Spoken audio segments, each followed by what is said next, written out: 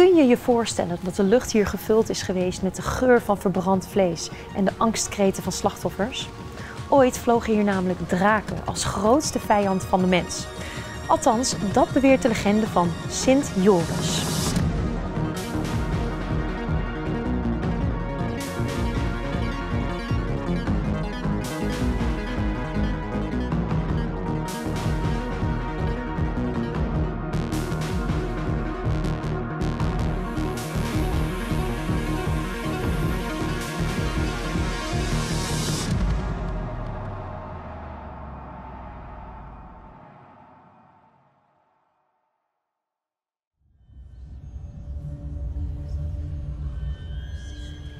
Heel lang geleden, in een ver land, teisterde een verschrikkelijke draak een klein koninkrijk.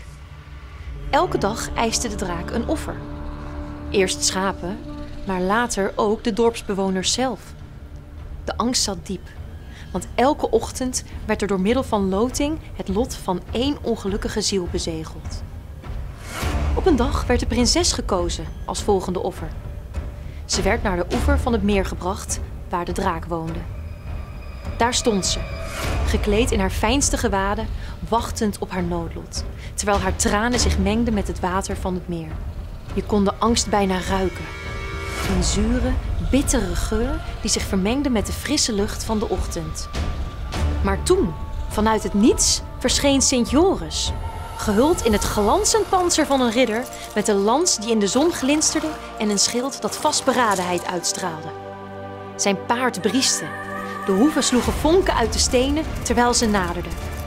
En met een kalmte die alleen echte helden bezitten, daagde hij de draak uit. De strijd die volgde was hevig. De draak spuwde vuur dat de lucht vulde met een verstikkende hitte en de geur van zwavel. Sint Joris weefde behendig om de vlammen heen, zijn lans klaar voor de beslissende stoot. Met een machtige kreet doorboorde hij het hart van de draak, de lans diep in het beest stekend. Een luide, pijnlijke schreeuw vulde de lucht en daarna werd het stil. De prinses was gered en de dorpelingen hoefden nooit meer in angst te leven. Sint Joris werd gevierd als een held, een beschermer die uit het niets kwam om het kwade te overwinnen.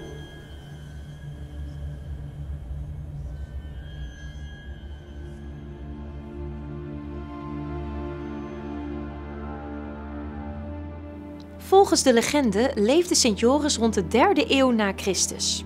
Hij was een Romeinse soldaat van Griekse afkomst en werd later een martelaar vanwege zijn christelijke geloof. Zijn verhaal werd populair in de vroege middeleeuwen en tegen de tijd van de kruistochten was hij uitgegroeid tot een patroonheilige van de ridders en soldaten. Het verhaal van Joris en de draak kreeg zijn huidige vorm rond de 11e eeuw en werd enorm populair in de middeleeuwen. Het werd opgeschreven in een boek vol met legendes, de Legenda Aurea. En dat boek is voor het eerst gepubliceerd rond 1260. Het zit bomvol verhalen waarin helden uit de Griekse mythologie worden vervangen door christelijke figuren. Het verspreidde zich over Europa door kruisvaarders die terugkeerden uit het Midden-Oosten, waar Joris als heilige werd vereerd.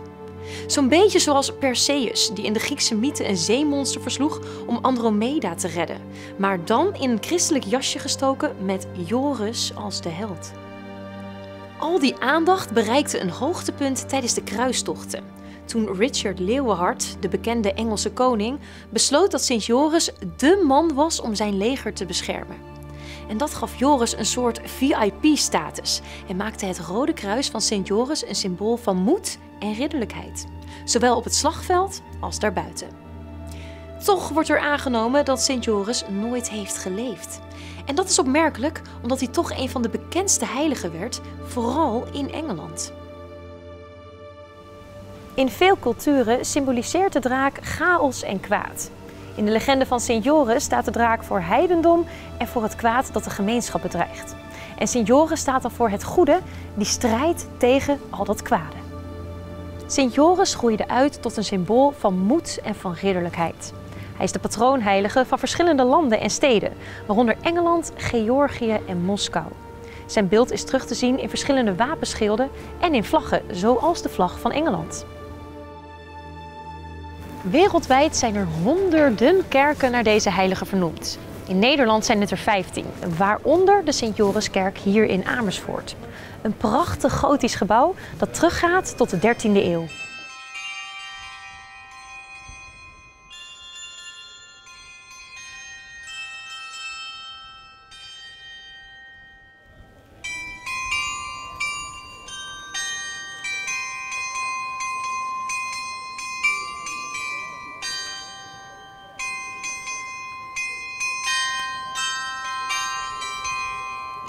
Bij de kerk staat ook een standbeeld van Joris, gemaakt door Piet Esser, een geschenk aan de stad ter ere van haar 700-jarig bestaan. Oorspronkelijk is het standbeeld geplaatst op de Hof en later verplaatst naar de Groenmarkt. En daarmee is het echt een blijvende herinnering aan de heldendaden van deze heilige. En ook in Groningen, naast de historische Martinikerk, staat een imposant standbeeld van Sint Joris en de Draak. Dit beeld, een creatie van Ludwig Oswald Wenkebach, toont Sint Joris die dapper de draak verslaat. Het dient niet alleen als een artistiek eerbetoon aan de legende, maar ook als een gedenkteken voor de slachtoffers van de Tweede Wereldoorlog in de provincie Groningen. Symbolisch weergegeven door de inscripties Justitia, Liberta en Pax op het zwaard van Joris. Verder dan dit krachtige beeld vindt de invloed van Sint Joris ook zijn weg in de Nederlandse cultuur door attracties zoals Joris en de Draak, de achtbaan in de Efteling. Deze attractie is een houten raceachtbaan waarbij bezoekers de strijd aangaan met de draak. De attractie is een moderne interpretatie van de strijd tussen goed en kwaad. En daarnaast herinnert de Sint Jorisdoelen in Den Haag ons ook aan de historische belangen van Sint Joris voor de Nederlandse gemeenschappen. Dit voormalige gildehuis, waar ooit de schuttersgilde van Sint Joris bijeenkwam, is nu een chic hotel. Maar het draagt nog steeds de symbolen van Sint Joris op zijn gevel. Ook is Sint Joris de beschermheilige van de scouting. Zijn verhaal inspireert jongeren wereldwijd om met moed en integriteit te leven. En jaarlijks wordt op 23 april Sint Jorisdag gevierd. Dat zou de sterfdag zijn van de heilige. Maar de legende leeft verder niet alleen voort in religieuze en culturele tradities, maar ook in moderne media, zoals films, boeken en videogames. Sint Joris inspireert nog steeds mensen over de hele wereld als een icoon van de strijd tegen onrecht.